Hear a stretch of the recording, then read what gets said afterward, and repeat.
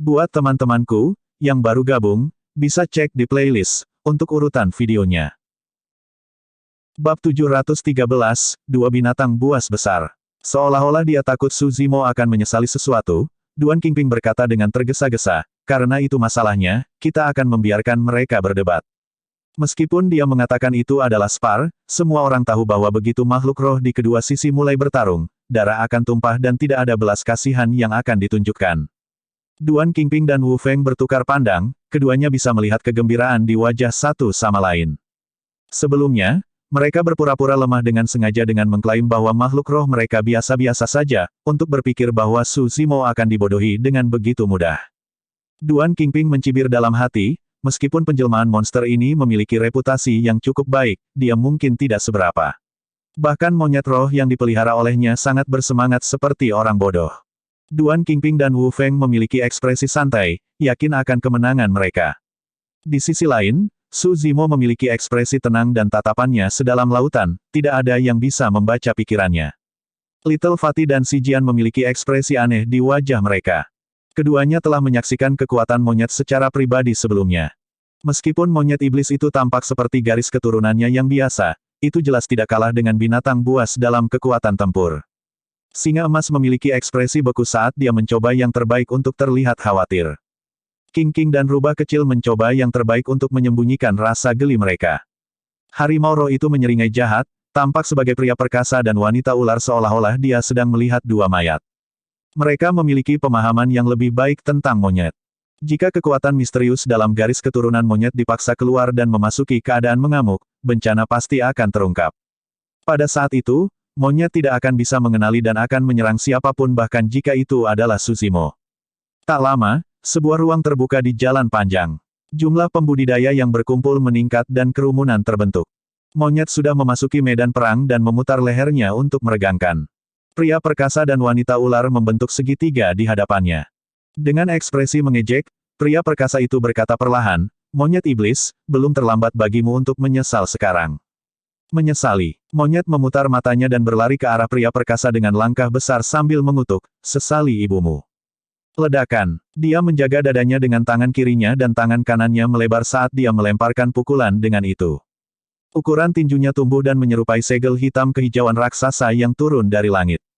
Kekuatan yang luar biasa menyebabkan udara meledak dengan ledakan. Segel tinju keras sanguin. Itu adalah gerakan membunuh dari mistik klasik of the 12 Demon Kings of the Great Wilderness. Selain Su Zimo, hanya monyet yang tahu itu. Ah! Pria perkasa itu hendak membantah ketika dia menelan kata-katanya karena takut terhadap kekuatan masuk yang menakutkan. Bahkan, ada bau darah di sekitar anjing laut raksasa itu. Set, menyadari betapa kuatnya serangan ini, pria perkasa itu tersentak dan ekspresinya berubah. Meretih. Tendon dan tulang di tubuh pria perkasa itu berdering pada saat yang sama dan ki darahnya melonjak, dia kembali ke bentuk aslinya tanpa ragu-ragu setelah serangan monyet. Meskipun iblis bisa mengambil bentuk manusia setelah membentuk inti, kekuatan tempur penuh mereka hanya bisa dilepaskan dalam bentuk aslinya. Seekor binatang iblis raksasa muncul di tempat dia berada. Itu menyerupai harimau dan sepasang sayap muncul di punggungnya dengan swoosh. Itu memiliki gigi dan taring yang tajam saat melotot mengancam dengan keganasan yang deras.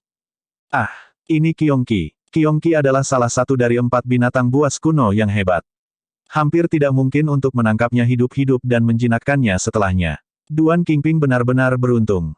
Setiap teladan yang bisa menjadi murid top dari Sekte Super pasti akan memiliki peluang dan pertemuannya sendiri. Duan Qingping benar-benar berencana untuk menyembunyikan identitas binatang rohnya. Sepertinya monyet iblis itu ditakdirkan. Di sisi lain, wanita ular itu tampaknya telah merasakan tekanan besar dan kembali ke bentuk aslinya juga. Seekor ular raksasa melingkar dari tanah dan panjangnya 1000 kaki. Sisik di tubuhnya sebesar wajah seseorang. Kepalanya hampir bisa mencapai langit saat ia menjentikkan lidahnya yang bercabang sambil memelototi monyet dengan dingin. Ekor ular raksasanya bergoyang dengan bau busuk yang memuakkan. Ekornya dipenuhi racun. Para pembudidaya di sekitarnya menahan napas dengan tergesa-gesa. Semua orang bahkan lebih terkejut ketika mereka berbalik untuk melihat. Ekor ular itu bercabang seperti sepasang kait yang berkilauan dingin seolah-olah mereka bisa menembus apapun di dunia.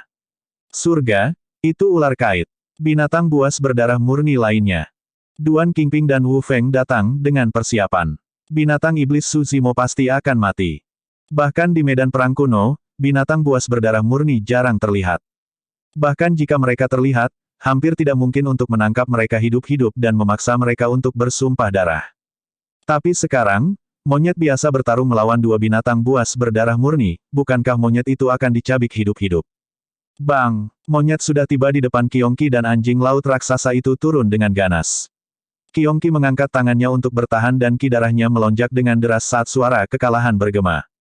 Ada jeda sesaat. Saat berikutnya, kerumunan menjadi gempar.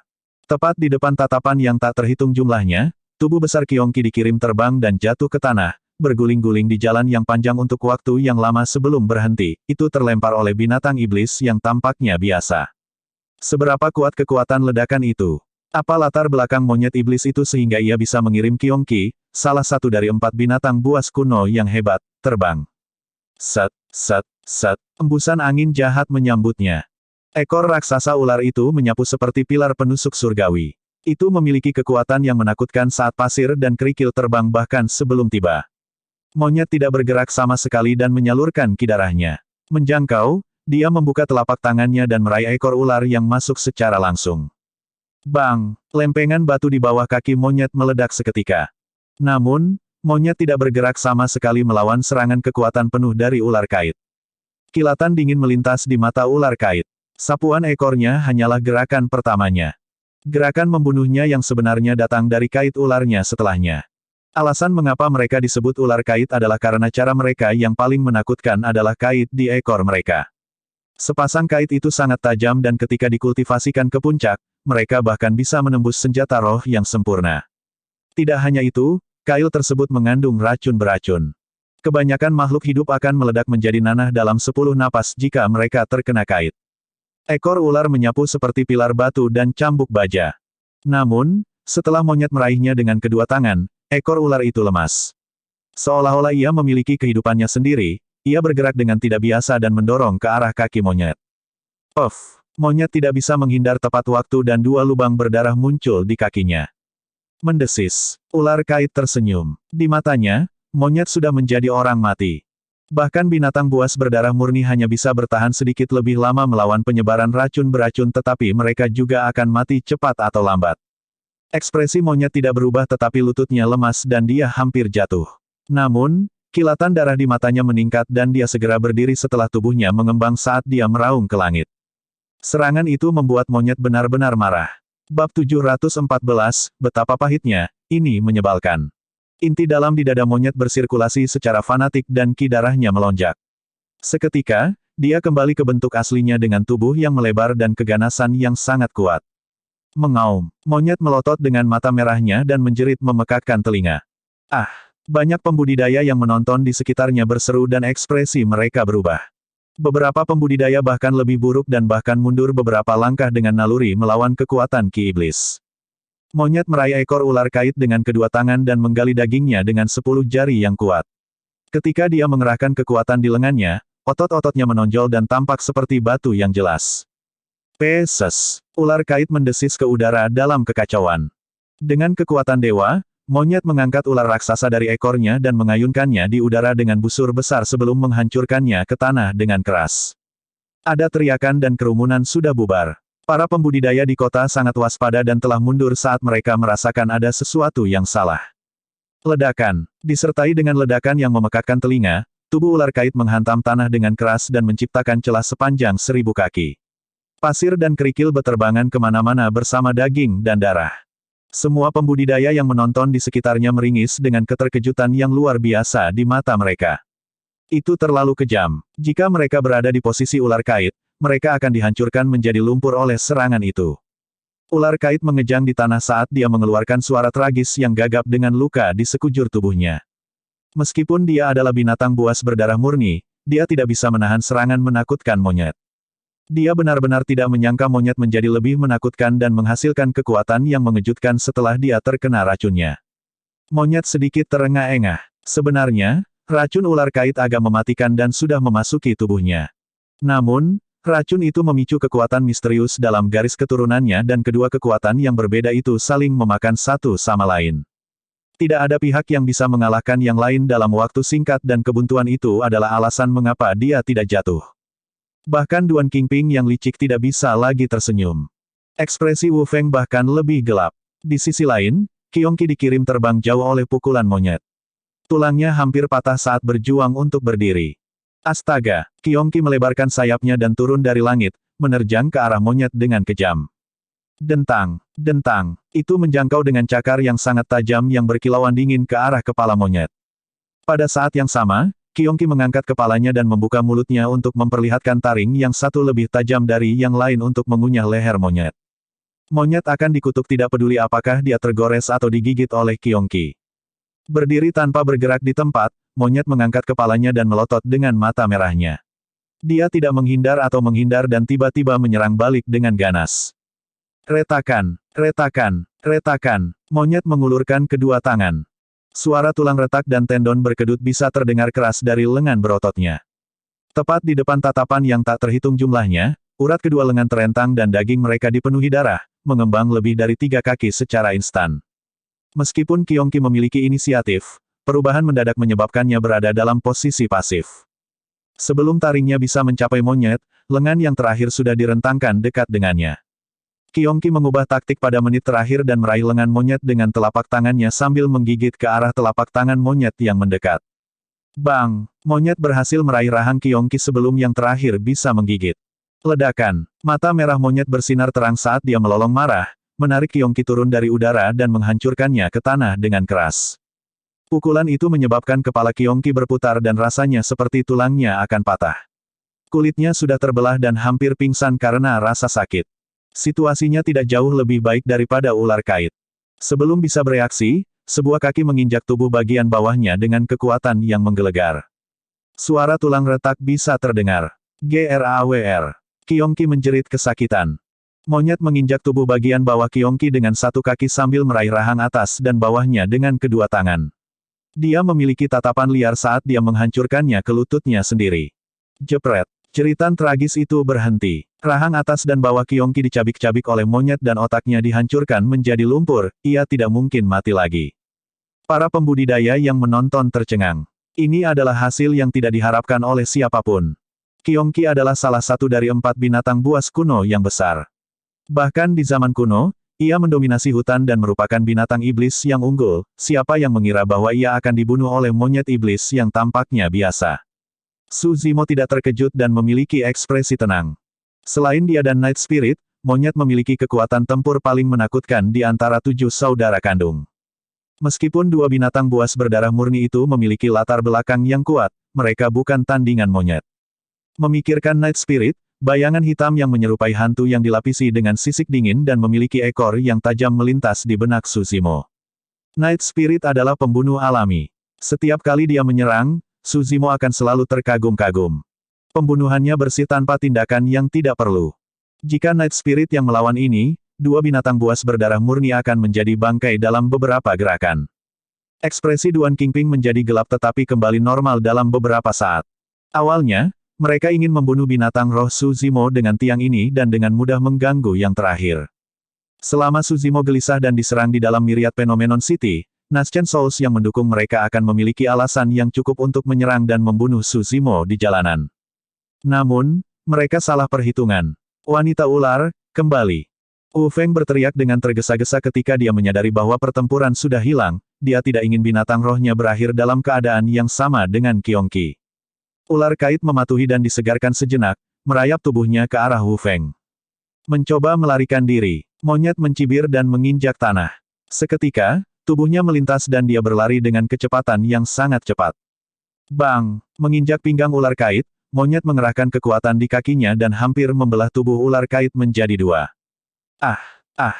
Ah! Ular kait menjerit nyaring dan memutar tubuhnya dengan liar, namun dia tidak bisa melepaskan diri dari cengkeraman monyet tidak peduli apa yang dia lakukan. Sebelum Wu Feng bisa bereaksi, monyet sudah mencondongkan tubuh ke depan dan mengepalkan tinjunya yang besar dengan tergesa-gesa. Bang! Bang! Bang! Dia menyerang belasan kali berturut-turut. Kepala ular kait hancur menjadi bubur. Ular kait telah jatuh. Separuh tubuh ular yang babak belur yang tetap berkedut tanpa sadar. Haha! Monyet menyeringai dan membelah tubuh ular itu, mengambil empedu hijau berlendir. Dia mengangkat kepalanya dan menelannya sambil memukul bibirnya. Bertengkar. Dia meludah dan memanyunkan bibirnya. Betapa pahitnya, ini menyebalkan. Para pembudidaya di sekitarnya tidak bisa berkata-kata. Empedu ular kait adalah bagian paling berharga dari tubuhnya dan bahkan lebih berharga daripada inti dalamnya. Setelah dikonsumsi, pembudidaya mendapatkan kekebalan terhadap sebagian besar racun dan bahkan dapat menghilangkan racun ular kait itu sendiri. Setetes jus dari kantung empedu ular kait sudah cukup untuk memurnikan penawar kelas superior. Memikirkan bahwa monyet iblis ini tidak akan puas setelah memakan seluruh kantong empedu dan bahkan dipenuhi dengan penghinaan. Bab 715, Lembah Snowdrift. Binatang terkutuk, beraninya kamu. Wu Feng akhirnya tersadar dari pingsannya dan ekspresinya sangat suram.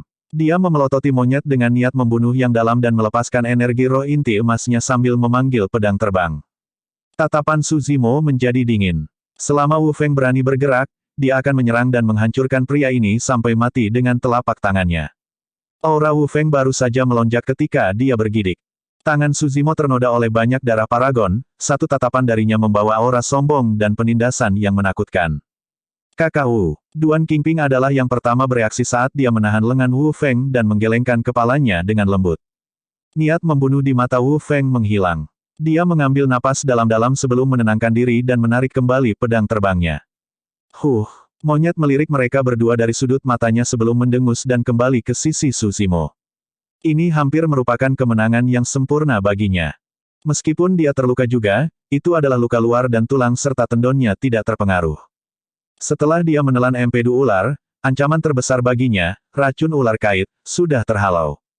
Duan Qingping menangkupkan tinjunya dari jauh dan berkata sambil tersenyum, rekan Taois Su, untuk berpikir bahwa kamu tidak hanya kuat, bahkan binatang rohmu sangat menakutkan.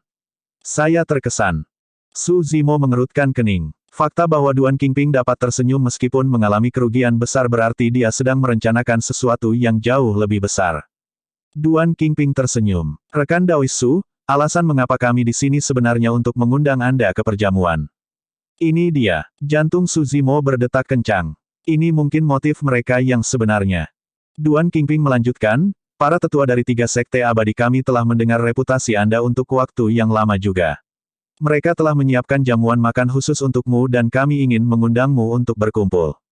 Tak perlu dipikirkan, ini jelas merupakan perjamuan Hongmen yang tidak bisa kembali. Su Cheng dari Zephyr Thunder Palace hampir dibunuh oleh Su Zimo. Buku panduan Guntur Ungu juga ada di tangannya, bagaimana bisa istana Guntur Zephyr begitu baik untuk mengundangnya ke perjamuan.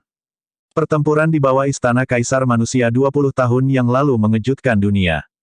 Penerus Sekte Abadi, Buddha, dan Iblis dibiarkan mati dan terluka. Penerus dari 2 Sekte Abadi utama, Sekte Cakrawala Ungu dan Kuil Angin Jernih, mati di tangan Su Zimo. Dengan kata lain, 3 sekte abadi utama sebelum mereka, Zephyr Thunder Palace, Purple Firmament Sect dan Clearwind Temple, semuanya memiliki dendam dengan Su Zimo dalam satu atau lain cara. Mudah baginya untuk menghadiri perjamuan, tetapi kemungkinan besar dia tidak akan punya pilihan setelah hadir. Tentu saja, tidak mungkin Su Zimo akan tertipu oleh rencana seperti itu. Dia mencibir secara internal dan akan menolak ketika Duan Qingping tiba-tiba tersenyum dan berkata perlahan, ini adalah niat baik dari para tetua dari 3 sekte abadi utama kita. Saya yakin Anda akan memberi mereka wajah, kan, rekan Taois Su. Petik 2. Ekspresi Su Zimo sedikit berubah. Dia merasa merinding di punggungnya setelah Duan Qingping selesai berbicara dan dia merasa khawatir secara internal saat niat membunuh yang dingin menelannya. Setidaknya 3 niat membunuh tertuju padanya saat itu juga. Su Zimo akhirnya mengerti arti di balik undangan itu. Tidak ada keraguan bahwa itu adalah perjamuan Hongmen. Namun, undangan itu datang dari Lord Nash Chen Soul Perfected dari 3 sekte abadi utama. Jika dia langsung menolak, itu sama saja dengan tidak menghormati 3 Nash Chen Souls. Jiwa yang baru lahir dari 3 sekte abadi utama akan memiliki alasan untuk menyerangnya. Duel pribadi dilarang di Myriad Phenomenon City. Namun, pembatasan itu tidak banyak berarti bagi Nash Chen Souls, mereka bisa bergerak selama mereka punya alasan untuk membenarkannya. Ada banyak segel di Myriad Phenomenon City yang dapat mencegah deteksi dari dunia luar dan itu seperti dimensi sakunya sendiri. Bahkan jika Nash Chen Souls menyerang dengan kekuatan penuh mereka tidak akan menyebabkan air mata dimensional. The Nash Chen Souls di Myriad Phenomenon City bukanlah Sealer di tahun-tahun senja mereka. Ini juga bukan Nash Chen Souls biasa. Mereka adalah penguasa sempurna dari berbagai sekte super dan berasal dari sekte abadi. Ini adalah orang-orang dengan kartu truf yang tak terhitung jumlahnya dan sarana menakutkan yang tersedia bagi mereka. Secara alami, pada akhirnya, itu karena Suzimo tidak memiliki dukungan kuat atau dukungan dari Naschen Souls. Dia tetap diam saat pikirannya melonjak cepat, mempertimbangkan pro dan kontra dari pilihannya. Pada saat itu, satu pernyataan yang salah darinya dapat menyebabkan serangan dari Naschen Souls. Skema yang sangat biadab, mereka sama sekali tidak meninggalkan Suzimo. Itu benar, dia ditakdirkan apakah dia menerima atau menolak undangan. Kerumunan juga terdiam dan hanya beberapa pembudidaya yang berbisik. Apakah kamu hadir atau tidak, cepat dan balas. Wu Feng berteriak tidak sabar. Niat membunuhnya telah mencapai puncaknya setelah kematian ular kait yang telah dia pelihara selama bertahun-tahun. Duan Qingping juga tersenyum dingin. Rekan Daois Su, bukankah kamu seseorang yang bertekad untuk membunuh? Mengapa kamu menjadi begitu pengecut sehingga kamu bahkan tidak berani menerima undangan? Bukan karena dia tidak berani. Pada saat itu, suara seorang wanita terdengar dari luar kerumunan. Segera setelah itu, lusinan pembudidaya wanita melewati kerumunan dengan cepat dan suhu di jalan-jalan yang panjang turun. Para pembudidaya mengenakan jubah putih salju yang bersih dan masing-masing memiliki ciri luar biasa. Anggun dan anggun, satu-satunya hal adalah ekspresi mereka sedingin es. Penggarap lembah Snowdrift. Petik 2. Apa yang mereka lakukan di sini? Mungkinkah mereka ada di sini untuk membalas dendam pada Su Zimo juga? Banyak pembudidaya berdiskusi dengan lembut. Su Zimo mengalihkan pandangannya. Pemimpin kelompok pembudidaya wanita lembah Snowdrift tampak akrab. Menelusuri ingatannya, Su Zimo mengingat orang itu tak lama kemudian. Di bawah istana Kaisar Manusia, ada seorang kultivator dari lembah Snowdrift yang menyerangnya juga. Kultivator wanita ini dan namanya tampaknya Ling Han. Duan Qingping sedikit mengernyit dan menangkupkan tinjunya sebelum bertanya dengan suara terangkat, apa maksudmu dengan itu, rekan Daois Ling Han? Ling Han berjalan lebih dekat dengan kelompok pembudidayanya sebelum mengangguk ke Su Zimo. Dia kemudian menoleh ke Duan Qingping dan Wu Feng dan menjawab dengan acuh tak acuh, itu bukan karena rekan Daois Su tidak berani menerima undangan Anda, itu karena dia telah menerima undangan Snowdrift Valley ke perjamuan sebelumnya. Kalian sudah terlambat. Ekspresi terkejut melintas di mata Su Zimo. Dia belum pernah melihat pembudidaya lembah Snowdrift setelah memasuki medan perang kuno, apalagi setuju untuk menghadiri perjamuan mereka. Namun, Su Zimo tidak mengeksposnya dan hanya berdiri diam di samping saat dia melihat. Dia memiliki perasaan yang samar bahwa lembah Snowdrift tidak ada di sini untuk membalas dendam, tetapi untuk menyelamatkannya. Duan Qingping mengerutkan kening. Ling Han, apa artinya ini? The Naschen Souls dari 3 sekte abadi utama kami telah mengundangnya secara pribadi, apa urusanmu di sini? Petik 2. Ling Han mencibir dengan dingin, ada perintah untuk sesuatu. Jadi bagaimana jika kalian berasal dari sekte abadi? Lembah Snowdrift juga merupakan bagian dari sekte abadi. Lebih jauh lagi, ini adalah keinginan dari tetua kita, Tuan Luo Sue yang disempurnakan. Ada perubahan yang jelas dalam ekspresi Duan Qingping dan Wu Feng saat menyebut Lord Luo Sue yang disempurnakan, sedikit kehati-hatian dan ketakutan bisa dilihat dari kedalaman mata mereka.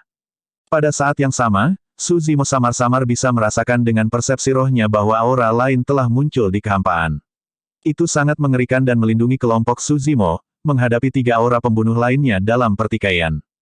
Aura, ini adalah kesadaran roh yang hanya dimiliki oleh Naschen Souls. 3 aura sebelumnya seharusnya berasal dari Naschen Souls of Zephyr Thunder Palace, Purple Firmament Sect dan Clear Wind Temple. Aura yang muncul kemudian adalah dari Tuan Luo Sue yang disempurnakan. Bab 716, Tuan Luo Sue yang disempurnakan. Situasi berubah tegang untuk sesaat dengan masuknya Snowdrift Valley. Duan Qingping dan yang lainnya tidak berani bersikap sembrono setelah Ling Han mengeluarkan nama Dewa Luo Sue yang disempurnakan. Lord Luo Sue yang disempurnakan adalah seorang kultivator terbaik dari Naschen Soul dengan kekuatan yang menakutkan. Faktanya, dia memiliki kesempatan untuk menjadi murid tituler dari Snowdrift Valley generasi ini. Bahkan Naschen Souls yang mendukung Duan Qingping dan yang lainnya berhati-hati dalam berurusan dengan Lord Luo Sue yang disempurnakan. 4 aura menakutkan terlibat dalam kebuntuan di udara untuk waktu yang lama sebelum menghilang secara bertahap. Setelah itu, ekspresi Duan Qingping dan yang lainnya berubah, seolah-olah mereka telah mendapatkan instruksi.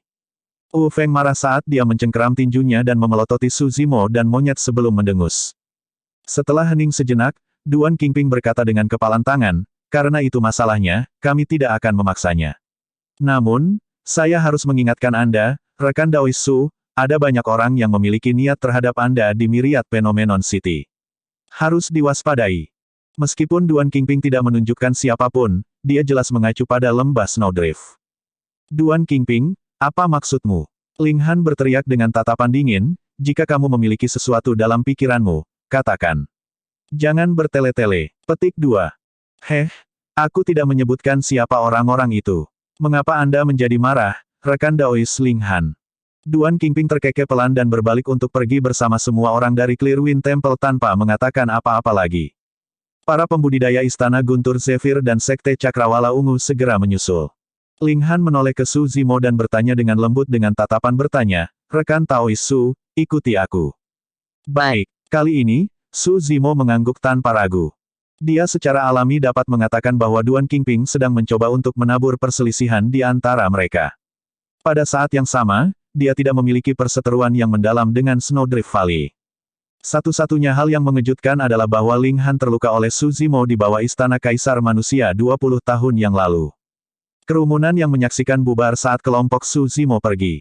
Namun, semua orang jelas bahwa pasti tidak akan ada kedamaian di Myriad Phenomenon City mulai hari ini dan seterusnya. Seluruh perjalanan sunyi. Di bawah pimpinan Ling Han, kelompok Su Zimo tiba di kediaman Snowdrift Valley tak lama kemudian. Area yang ditempati oleh kediaman itu sangat besar dan lapangan bersalju dengan suhu beku dapat terlihat segera setelah melintasi gerbang. Ada kepingan salju kristal yang jatuh dari langit. Di bawah kaki mereka ada salju putih yang berderak dengan setiap langkah yang mereka ambil. Kelompok mereka menyeberangi salju dan tiba di istana raksasa di kedalaman tak lama. Sebelum Ling Han bisa melaporkan kedatangan mereka, sebuah suara dingin terdengar dari dalam, "Ayo masuk." Su Zimo tidak ragu-ragu dan masuk dengan monyet dan yang lainnya, melihat ke arah seorang wanita yang tidak jauh dari sana. Dia tampak sangat muda dan memiliki rambut yang hitam seperti tinta. Jubahnya menyerupai salju, kulitnya halus dan tulang serta ototnya tampak dingin, dia seperti peri dari istana bulan tanpa kehangatan sama sekali. Sungguh cantik, rubah kecil tidak bisa menahan diri untuk tidak berkomentar dengan lembut. Jika tidak ada yang salah, ini seharusnya adalah Tuan Luo Xue yang sempurna dari lembah Snowdrift. Mata wanita berjubah putih itu bersinar terang dan menatap Su Zimo tanpa berkedip. Untuk beberapa alasan yang tidak diketahui, Little Fatty, Si Jian, dan yang lainnya merasakan kegelisahan yang tidak enak saat menatap seperti itu. Monyet mengangkat kepalanya dan mencoba yang terbaik untuk tidak menatap mata wanita berjubah putih itu. Bahkan untuk harimau roh yang biasanya lumpuh saat melihat keindahan, dia menundukkan kepalanya saat ini tanpa pikiran jahat, menyerupai biksu tua yang tenang. King, rubah kecil dan yang lainnya mengalihkan pandangan mereka secara naluriah juga. Su Zimo adalah satu-satunya yang menatap wanita berjubah putih itu dengan tenang dengan ekspresi tenang. Sesaat kemudian, wanita berjubah putih itu mengangguk dan melihat ke belakang saat tanda kekaguman yang tak terlihat melintas di matanya. Saya Luo Xue. Semuanya, duduklah, tidak perlu tegang. Pada saat itu, Little Fatty dan yang lainnya akhirnya menghela napas lega. Tanpa sadar, punggung mereka basah oleh keringat dingin. Kursi di bawah Dewa Sempurna Luo Xue dipahat dari balok es raksasa dan transparan dengan hawa dingin. Namun, dia duduk di atasnya seolah-olah dia tidak bisa merasakan dinginnya sama sekali. Su Zimo berkata dengan kepalan tangan, "Saya Su Zimo. Terima kasih atas bantuan Anda sebelumnya, Tuan Luo Xue yang sempurna." Lord Luo Xue yang sempurna malah bertanya dengan senyum palsu, "Dan kamu tidak takut bahwa aku mungkin menyembunyikan niat buruk?" Awalnya, saya keberatan tentang itu. Su Zimo tersenyum. Namun, aku tidak lagi khawatir saat aku melihatmu. Aku tahu kamu pasti tidak akan melakukan itu. Kenapa begitu? Lord Luo Xue yang disempurnakan sedikit mencondongkan tubuh ke depan dan bertanya. Su Zimo menjawab, "Naluri." Lord Luo Xue yang disempurnakan memberikan senyuman sebagai bentuk pengakuan diam-diam. Meskipun pertarungan pribadi dilarang di Myriad Phenomenon City, ini adalah wilayah Snowdrift Valley dan aku memiliki kendali penuh atas hidupmu. Jika aku membunuhmu di sini, tidak ada yang bisa menghentikanku. Tuan Luo Xue yang sempurna berkata, kamu benar-benar punya nyali untuk mengikutinya ke sini tanpa memastikan apapun.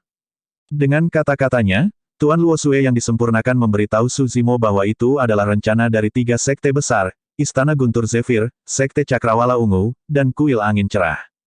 Su Zimo merenung sejenak sebelum berbicara, 20 tahun yang lalu. Tidak ada yang terjadi 20 tahun yang lalu. Seolah-olah dia bisa membaca pikiran Su Zimo, Lord Luo Xue yang disempurnakan melambaikannya dengan santai dan menyela. Sekte abadi, Buddhis, dan iblis curang dalam pertarungan di bawah istana Kaisar Manusia. Meskipun mereka semua mengaku sebagai teladan, mereka melawanmu bersama. Terlepas dari kenyataan bahwa Ling Han selamat, bahkan jika dia telah mati, dia tidak bisa menyalahkan siapapun karena kurangnya keterampilan. Kata-kata Lord Luo Xue yang disempurnakan memiliki kemurahan hati sejati dari seseorang dari Sekte Abadi. Apakah kamu ingin menebak mengapa aku membantumu? Dia mengalihkan topik pembicaraan dan menatap Su Zimo, bertanya dengan senyum palsu. Su Zimo merenung sejenak sebelum berkata dengan nada menyelidik, Istana Kaca. Tak terelakkan bagi Sekte Super di daratan Tianhuang untuk menyimpan dendam satu sama lain. Oposisi terbesar adalah antara makhluk abadi dan iblis. Namun, bahkan di antara 9 sekte abadi, mereka juga tidak selalu akrab. Glass Palace dan Snowdrift Valley memiliki perseteruan yang mendalam satu sama lain. Su Zimo menyatakan perang melawan Istana Kaca dan memusnahkan faksi mereka di medan perang kuno segera setelah dia masuk. Wajar jika lembah Snowdrift akan merasa lebih dekat dengan Su Zimo karena itu.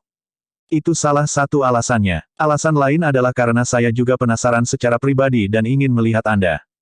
Tuan Luo Xue yang sempurna memandang Su Zimo. Aku ingin melihat bagaimana wujud monster terkuat dalam sejarah yang mengalahkan paragon dari 3 faksi di bawah Istana Kaisar Manusia. Saya ingin melihat apakah pria pemberani dan pemberani yang berani berperang melawan Istana Kaca memiliki 3 kepala dan 6 lengan. Petik 2. Su Zimo tersenyum. Aku sudah mengecewakanmu saat itu. Saya terlihat sangat biasa, apalagi memiliki 3 kepala dan 6 lengan. Kamu tidak mengecewakanku, kamu baik. Lord Luo Xue yang sempurna tersenyum juga. Little Fatty mengalihkan pandangannya yang seperti manik-manik dan berhenti sejenak di wajah Lord Luo Xue yang disempurnakan sebelum menatap Su Zimo dengan ekspresi aneh. Monyet dan yang lainnya kasar dan tidak merasakan apa-apa. Namun, rubah kecil memiliki ekspresi gugup dan secara naluriah mencengkeram cakarnya. Ada sedikit permusuhan dalam cara dia memandang Tuan Luo Xue yang disempurnakan, seolah-olah sesuatu yang disayanginya akan direnggut. Bab 717, Prasasti Fenomena Kuno. Tuan Luo Xue yang sempurna hanya tersenyum acuh tak acuh setelah merasakan permusuhan rubah kecil saat dia bertanya, berapa banyak yang kalian ketahui tentang pertarungan untuk peringkat fenomena? Su Zimo menggelengkan kepalanya. Tuan Luo Xue yang sempurna berkata, sebenarnya, pertarungan untuk peringkat fenomena tidak sepahit yang kalian bayangkan. Hah? Ekspresi terkejut melintas di mata Su Zimo. Dia yakin bahwa pertumpahan darah tidak dapat dihindari karena 100.000 teladan dikumpulkan di kota fenomena segudang untuk 108 posisi akhirnya. Tapi sekarang, sepertinya tidak demikian. Ikuti aku. Lord Luo Xue yang sempurna melayang ke udara dengan satu gerakan dan terbang ke atas dari istana raksasa. Semua orang segera mengikuti setelahnya. Tak lama, Su Zimo dan yang lainnya tiba di puncak istana dan hampir bisa melihat seluruh kota fenomena segudang. Pandangan sekilas ke seberang mengungkapkan bahwa ada sekitar 30 bangunan setinggi ini yang tersebar di berbagai bagian kota kuno. Visi Su Zimo sangat kuat. Samar-samar dia bisa mengatakan bahwa hampir semua bangunan tinggi adalah benteng bagi berbagai sekte super. Tentu saja, dari dataran tinggi, tempat paling menonjol dari Myriad Phenomenon City adalah puncak gunung yang menjulang ke awan. Puncak gunung bahkan telah melampaui tembok kota Myriad Phenomenon City dan tersembunyi di awan. Tuan Luo Xue yang sempurna melihat ke gunung dan berkata perlahan, kamu juga bisa melihatnya, gunung itu disebut puncak fenomena segudang. Tingginya 108.000 kaki dan memiliki 108 tangga batu. Pertarungan untuk peringkat fenomena dapat dibagi menjadi 2 bagian yang berbeda. Bagian pertama adalah pertarungan eliminasi yang berlangsung di Myriad Phenomenon Peak. Pertempuran eliminasi, tanya Su Zimo. Meskipun ada lebih dari 100.000 teladan di kota, setelah pertempuran eliminasi, hanya 108 yang tersisa. Lord Luo Xue yang disempurnakan menjelaskan, aturan eliminasinya sederhana, yang harus Anda lakukan adalah naik ke puncak fenomena segudang. Semakin tinggi Anda naik, semakin tinggi peringkat akhirnya Anda di peringkat fenomena, 108 pembudidaya yang naik terjauh akan menjadi kandidat baru untuk peringkat fenomena generasi. Petik 2. Su Zimo sedikit mengernyit dan semua orang juga tampak bingung. Little Fatty berkedip dan bertanya, itu saja. Apa yang spesial dari Myriad Phenomenon Peak? Apakah ada bahaya di atas sana? Tidak, Lord Luo Xue yang sempurna menggelengkan kepalanya. Berkelahi dilarang di puncak fenomena segudang. Meskipun naik sepertinya tugas yang sederhana, sebagian besar pembudidaya akan tersingkir. Petik 2. Ada prasasti yang didirikan di puncak-puncak fenomena segudang. Ini adalah prasasti fenomena kuno yang terkenal yang ditempatkan oleh Peri Linglong secara pribadi di puncak-puncak di masa lalu. Su Zimo menyipitkan matanya. Memang, ada prasasti raksasa di puncak-puncak fenomena segudang yang mengeluarkan aura kuno. Ada begitu banyak nama di prasasti itu. Su Zimo bergumam pelan. Tuan Luosue yang sempurna berbalik dan bertanya dengan sedikit tidak percaya. Penglihatanmu begitu kuat sehingga kamu dapat mengatakan bahwa ada kata-kata yang tertulis di prasasti itu. Bahkan dia tidak bisa melihat apa yang ada di prasasti itu dengan jarak sejauh itu. Namun, fakta bahwa penglihatan Su Zimo telah mencapai tingkat seperti itu saat dia hanyalah seorang inti emas adalah sesuatu yang menakutkan. Sebenarnya, alasannya adalah karena mata iluminasi yang telah dikembangkan Su Zimo. Su Zimo menatap sejenak dan merasakan matanya tertusuk-tusuk kesakitan. Segera, dia menarik pandangannya. Ada banyak kata di prasasti dengan tulisan tangan yang bervariasi. Mereka tidak ditulis oleh satu orang. Namun, saya tidak bisa melihat apa yang tertulis dengan tepat, kata Su Zimo. Tuan Luosue yang sempurna mengangguk. Itu benar, prasasti fenomena kuno memiliki nama banyak ahli yang tertulis di atasnya, termasuk para kaisar kuno. Semua itu ditulis oleh mereka secara pribadi. Hanya mereka yang dapat naik ke puncak Myriad Phenomenon Peak yang memiliki hak untuk mencantumkan nama mereka di sana. Prasasti fenomena kuno berisi kekuatan fenomena inti emas dari banyak paragon dan monster yang berinkarnasi sepanjang sejarah. Kekuatannya menyelimuti seluruh tempat. Siapapun yang ingin mendaki gunung harus menahan tekanan. Pada saat itu, Su Zimo tercerahkan. Prasasti fenomena kuno berada di puncak gunung dan semakin dekat, semakin besar tekanan yang akan mereka alami. Mereka tidak hanya mendaki puncak fenomena segudang. Sebaliknya, mereka menaiki jalan yang telah dilalui banyak kaisar kuno di masa lalu. Secara alami, yang lebih dekat ke puncak gunung adalah bukti kekuatan fenomena inti emas mereka. Jika mereka bisa mencapai puncaknya, itu akan menyiratkan bahwa mereka sebanding dengan para ahli kuno di masa lalu di ranah inti emas. Tuan Luosue yang sempurna berkata, ada total 108 anak tangga batu di puncak fenomena segudang dan jarak antara setiap langkah lebih dari 1000 kaki. Semakin dekat ke atas, semakin besar tekanannya. Pada akhirnya, hampir tidak mungkin untuk melewati anak tangga batu pertama. Tatapan Su Zimo bergeser. Dia melihat bahwa banyak pembudidaya berkumpul di bawah puncak fenomena segudang. Selama periode waktu ini, sudah ada banyak pembudidaya yang mencoba naik ke puncak fenomena segudang. Beberapa dari mereka dikirim terbang saat mereka menginjakan kaki di langkah batu pertama. Beberapa pembudidaya mempertahankan fenomena inti emas mereka tetapi hanya mampu berjuang sebentar di langkah batu pertama sebelum mereka dikirim terbang dan jatuh tidak jauh. Dalam waktu singkat 15 menit, ada lusinan pembudidaya yang berusaha mendaki gunung, tetapi tidak ada satu orang pun yang bisa naik ke anak tangga batu kedua. Itu sangat sulit. Little Fatty diam-diam bingung. Lord Luosue yang sempurna berkata, nama-nama pada prasasti fenomena kuno telah meningkat sejak zaman kuno. Ini juga berarti bahwa tekanan yang harus ditanggung oleh generasi selanjutnya bahkan lebih besar. Sudah sekitar 1000 tahun tidak ada yang bisa meninggalkan nama mereka di prasasti fenomena. Peringkat fenomena inti emas dirilis setiap 100 tahun sekali. 1000 tahun berarti tidak ada yang bisa naik ke puncak dan meninggalkan nama mereka untuk 10 pertarungan peringkat fenomena inti emas. Sosok tak tertandingi yang menyerupai seorang kaisar yang memandang rendah seluruh dunia terlintas di benak Su Zimo dan dia tidak bisa tidak bertanya, Di Yin tidak berhasil naik ke puncak 100 tahun yang lalu juga. Di Yin mengolah fenomena inti emas, lautan kekacauan, yang ditinggalkan oleh kaisar manusia dan merupakan nomor 1 dari peringkat fenomena sebelumnya. Puncak fenomena segudang tampak sedikit menakutkan jika bahkan seseorang seperti itu tidak dapat mencapai puncaknya. Tidak, Dewa Sempurna Luosue menggelengkan kepalanya dengan lembut, meskipun Di Yin adalah puncak peringkat fenomena 100 tahun yang lalu, dia berhenti di langkah batu ke-99 dan tidak bisa maju lebih jauh. Di Yin masih terlalu muda 100 tahun yang lalu. Pada saat itu, Su Zimo samar-samar menyadari bahwa kembalinya Di Yin kemungkinan besar tidak hanya untuk posisi nomor 1 dari peringkat fenomena atau penghargaan yang menyertainya. Itu untuk kebanggaan pribadinya. Untuk membuktikan dirinya, dia harus berusaha mencapai puncak dan meninggalkan namanya di prasasti fenomena. Lord Luosue yang disempurnakan meratap, peringkat fenomena diperbarui sekali setiap 100 tahun. Berapa banyak nama yang akan diingat oleh masa. Namun, peringkat fenomena dilestarikan melalui sejarah dan diturunkan ke masa depan. Petik 2. Jantung Suzimo berdetak kencang saat dia tiba-tiba bertanya, seolah dia mengingat sesuatu, siapa orang terakhir yang meninggalkan namanya di prasasti fenomena. Tuan Luosue yang sempurna tiba-tiba terdiam. Lama kemudian, dia berkata perlahan, Asura saat ini, Yan Beichen. Bingo, Suzimo mengangguk pada dirinya sendiri. Lord Luosue yang disempurnakan tampak waspada terhadap nama itu saat dia kembali ke topik peringkat fenomena. Pertarungan peringkat datang setelah pertempuran eliminasi.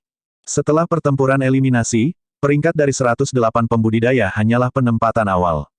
Jika 2 atau lebih pembudidaya berada di langkah batu, akan ada pertempuran peringkat akhirnya. Petik 2. Suzimo mengerti. Misalnya, jika 2 pembudidaya tiba di langkah batu ke-100, mereka harus terlibat dalam pertarungan nyata untuk menentukan pemenangnya. Bab 718, Teman Lama. Tujuan akhirnya dari peringkat fenomena inti emas adalah untuk mengumpulkan monster yang menjelma di dunia. Itulah alasan mengapa tidak ada situasi perkelahian massal sampai mati. Tuan Luosue yang sempurna berkata, jika banyak inkarnasi monster harus menderita kerugian besar demi daftar peringkat, itu akan bertentangan dengan niat asli Peri Linglong. Suzimo mengangguk. Cara bersaing untuk peringkat fenomena memang jauh lebih ringan dan pembunuhan yang tidak perlu akan dihindari. Lord Luosue yang sempurna berkata, pertarungan untuk peringkat fenomena berlangsung 3 bulan kemudian. Pada saat itu, 100.000 inti emas akan dikumpulkan di dasar puncak fenomena segudang. Petik 2. Tuan Yujun yang sempurna dari Istana Enigma akan muncul pada waktu itu untuk menjadi tuan rumah dan selain saya, jiwa-jiwa baru lahir dari berbagai sekte super juga akan menyaksikan. Meskipun format pertarungan untuk peringkat fenomena antara 100.000 paragon relatif ringan, prosesnya pasti akan tegang dan mengasyikkan dengan kekuatan besar. Saya mengerti. Terima kasih atas informasinya, Tuan Luosue yang sempurna. Suzimo menyambut dengan tangan terkepal. Tuan Luosue yang sempurna mengangguk. Situasimu unik karena kamu memiliki harta karun besar seperti tulang Phoenix surgawi dan telah menyinggung banyak sekte dan faksi. Anda dapat berkultivasi di istana ini mulai hari ini agar orang lain tidak membuat masalah bagi Anda. Petik 2. Mata yang tak terhitung jumlahnya terkunci ke Suzimo di Myriad Phenomenon City. Jika dia tinggal di sini dengan Dewa Sempurna Luosue yang menjaganya, sekte dan faksi lain tidak akan bisa masuk tanpa izin ke wilayah lembah Snowdrift untuk menangkapnya. Terima kasih, Dewa yang sempurna. Suzimo mengucapkan terima kasih sekali lagi. Benar, dia mengingat sesuatu dan bertanya, Tuan yang sempurna, bolehkah saya bertanya apakah Anda pernah mendengar tentang para pembudidaya dari sekte eliksir yang memasuki medan perang kuno? Meskipun ada banyak peluang dan harta di medan perang kuno, mereka disertai dengan bahaya. Tidak semua sekte super dan faksi teratas akan mengirim pembudidaya ke medan perang kuno. Meskipun sekte eliksir yang adalah salah satu dari 4 kelompok yang tidak ortodoks, mereka tidak berspesialisasi dalam pertempuran dan hanya logis jika mereka memilih untuk tidak memasuki medan perang kuno. 4 kelompok yang tidak ortodoks semuanya ada di sini, tetapi mereka belum tiba di kota fenomena segudang, jawab Tuan Luosue yang disempurnakan. Suzimo mengangguk. Dengan Night Spirit mengawal Xiaoning di medan perang kuno, segalanya seharusnya tidak sulit. Meskipun kelompok Suzimo terhalang oleh banyak hal di sepanjang jalan, mereka dapat melanjutkan perjalanan siang dan malam berkat kekuatan mereka yang kuat. Mereka dianggap sebagai kelompok pembudidaya pertama yang tiba di kota fenomena segudang. Para pembudidaya lainnya tidak mampu berperilaku sembrono seperti waktu. Sebagian besar sekte dan faksi akan memilih untuk beristirahat di malam hari dan bepergian di siang hari sehingga mereka dapat menghindari penyerbuan binatang skala besar sebanyak mungkin untuk alasan keamanan.